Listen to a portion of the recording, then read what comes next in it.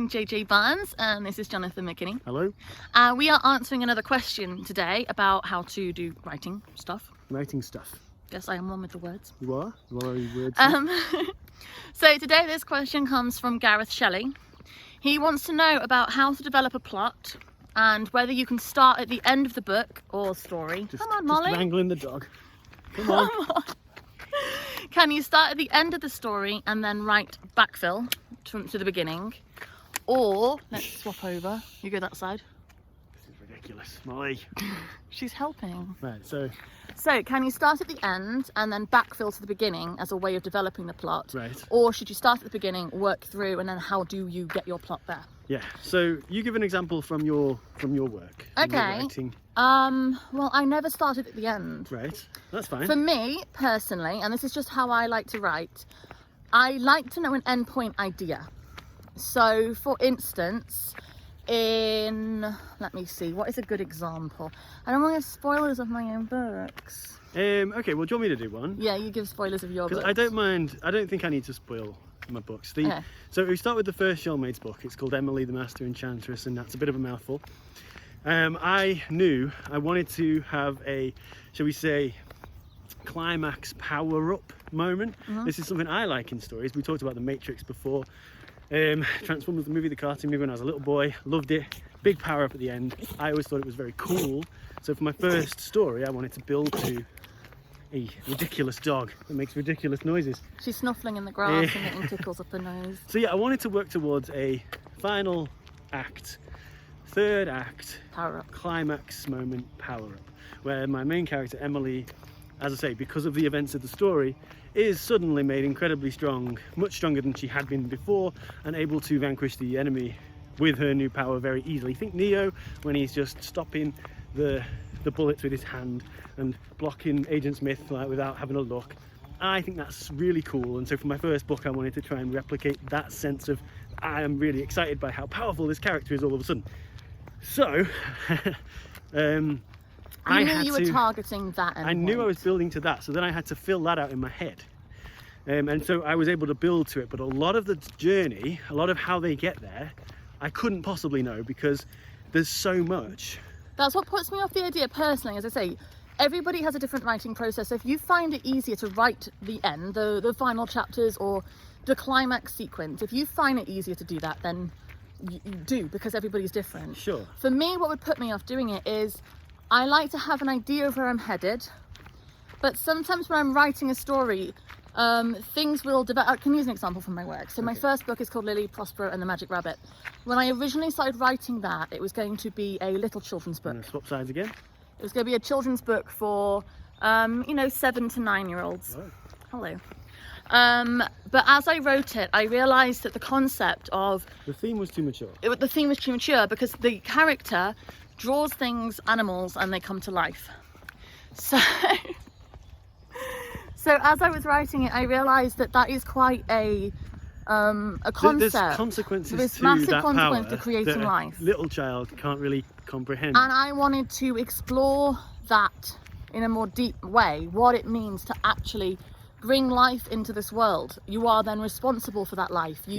You created it. It depends on you for its existence. And so it kind of matched adolescence more than infancy. So when I started writing it, it was one book.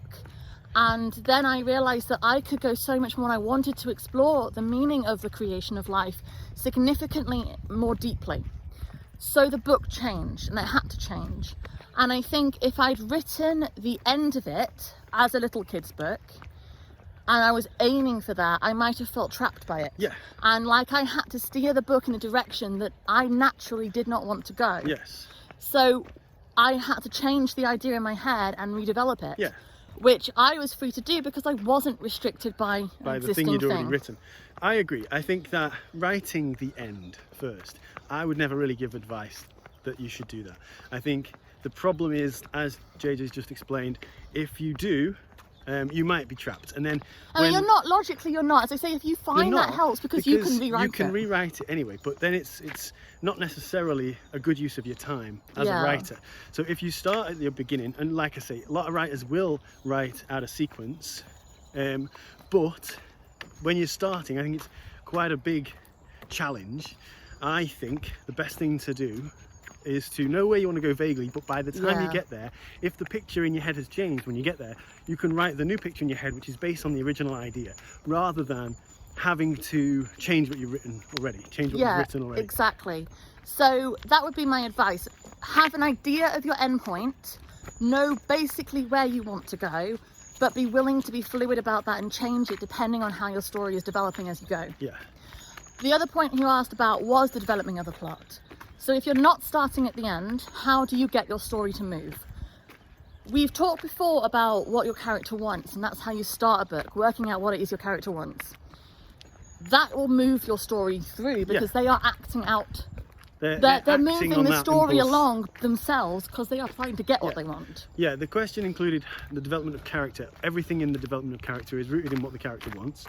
Everything in the development of the plot is really rooted in what the antagonist wants. And the antagonist is the person who's trying to stop them have what they want, basically. Yeah, the force in the world that is preventing them from having what they want straight away. So they move the plot along because they are essentially, every time your character makes a move to get what they want, the antagonist is making a counter move. Yeah, and you want your antagonist's plan to be very tight if it can be. You want to analyse it for weaknesses because audiences will, readers will notice. If the antagonist is moving without motivation. Yeah, if their plans are convenient or unthought through, or if they get lucky, that's never a good thing.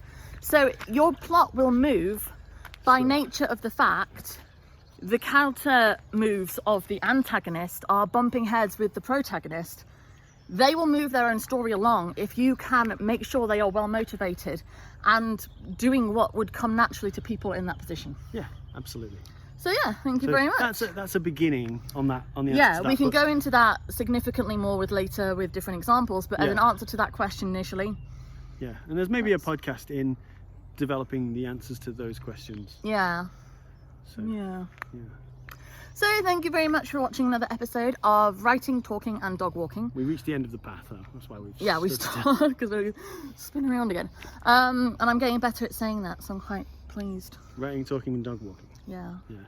So you can go to www.sirenstories.co.uk where you'll find links to all our work. Obviously the books we've mentioned are all on there, as well as other people's work as well. And there's also podcasts that we've talked about, we've just mentioned. Hi darling. Yeah. Blogs and things like that. You can find all that sort of things, as well as his music, because he's a composer. Also on there you can subscribe absolutely free. Oh, this is quite nice actually. And you can win things every month. There's free giveaways, so don't miss out on that. Also, if you could smash that like button for this video.